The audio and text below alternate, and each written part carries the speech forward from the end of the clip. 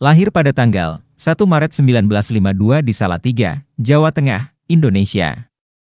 Dia terlahir dengan nama Roy Wicaksono Abdul Salam. Memiliki panggilan lain, Theodoros Roy Martin atau dikenal sebagai Roy Martin. Anak dari pasangan Abdul Salam dan Nora Salam ini, memiliki saudara kandung antara lain, Rudy Salam, Chris Salam, Melanie Kusuma, Ronnie Salam dan Eri Salam. Roy menikah dengan Anna Maria yang berprofesi sebagai model peragawati pada 1 April 1985. Dari pernikahan itu, mereka dikaruniai 2 orang anak, Mahesa Gibran dan Merari Sabati.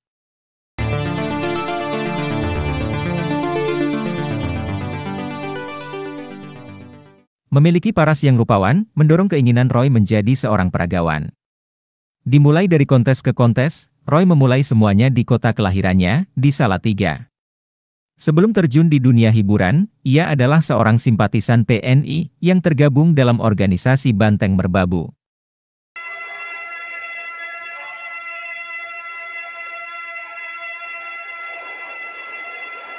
Pergi merantau dan mengadu nasib ke Jakarta itu adalah keputusan Roy. Tanpa berpikir panjang, ia langsung menuju Jakarta di tahun 1972.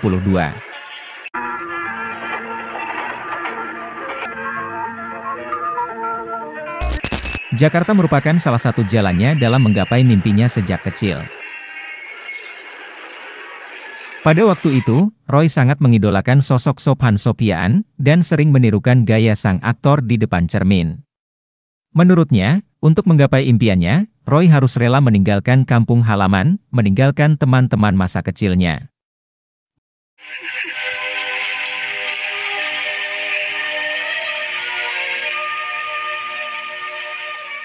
Dan saat dirinya mulai menapakkan kaki di Jakarta, hal itu merupakan ujian yang cukup berat buat dirinya di awal-awal meniti karir.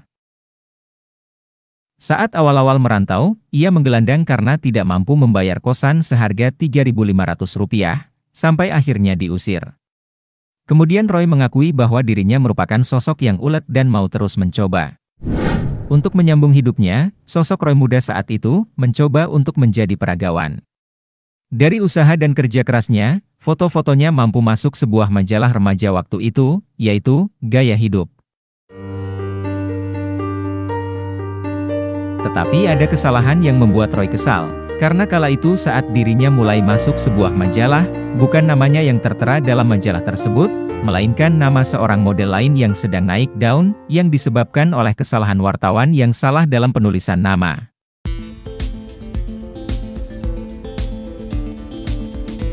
Tanpa menunggu lama, Roy langsung melakukan protes ke majalah tersebut, namun justru jalan keberuntunganlah yang didapat. Dari situ Roy mendapat kesempatan bertemu dengan Albert Situmorang, yang merupakan wartawan Sinar Harapan. Pertemuannya dengan Albert membawa dirinya terjun ke dunia yang ia impikan, yaitu dunia film.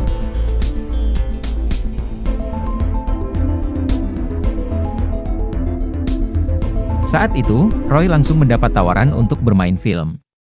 Film tersebut berjudul Bobby, dibuat pada tahun 1974. Dianggap sukses dalam akting perdananya, maka pada tahun 1975, Roy dilibatkan kembali dalam garapan film yang berjudul Rahasia Gadis, tetapi sayangnya film tersebut tidak laku di pasaran.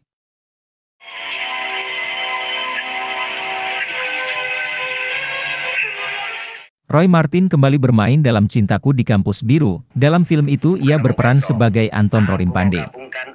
Dan dengan perannya itu ia berhasil terpilih sebagai pemain muda penuh harapan pada Festival Film Indonesia di tahun 1977 dengan menyabet Piala Jamaluddin Malik.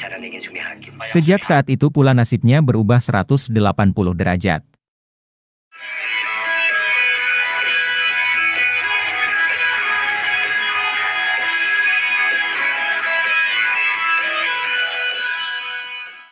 Waktu demi waktu, film demi film dibintangi Roy, banyak sudah judul film yang ia mainkan, hingga menjadikan Roy sebagai aktor papan atas dengan bayaran termahal, bahkan di era awal 80-an bayaran yang didapatkan dalam sekali bermain peran bisa mencapai Rp40 juta.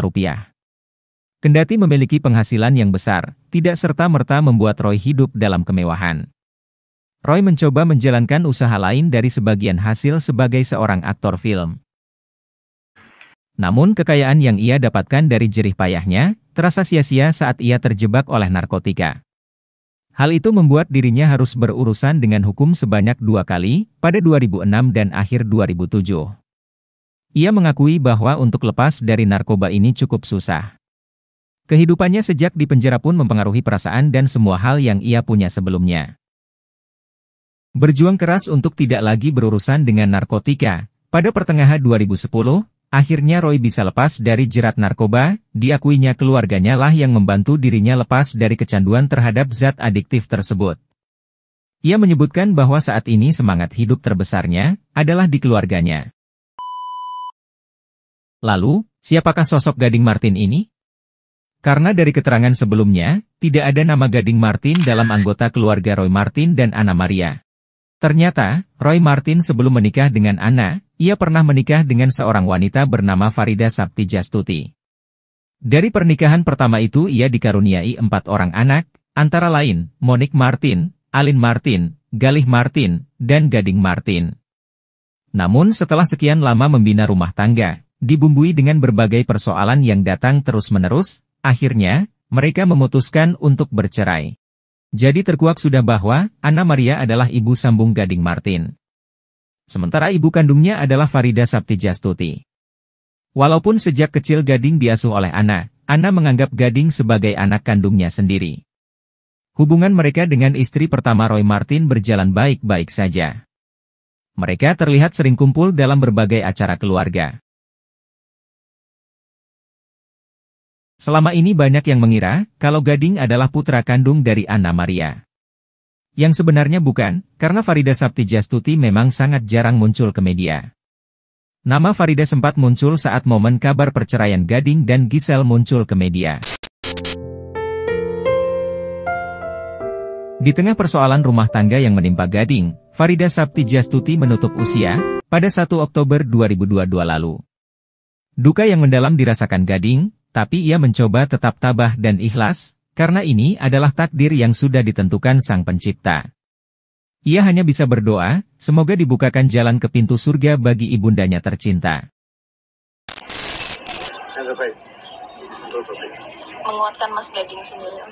Ya, saya kira Gading juga sudah siap karena memang sudah sakit 1 bulan, keluar masuk rumah sakit, sesak nafas dan ada kanker tiba-tiba stadium 4 di paru-parunya. Jadi memang secara klinis, secara kedokteran memang nggak bisa dipertahankan.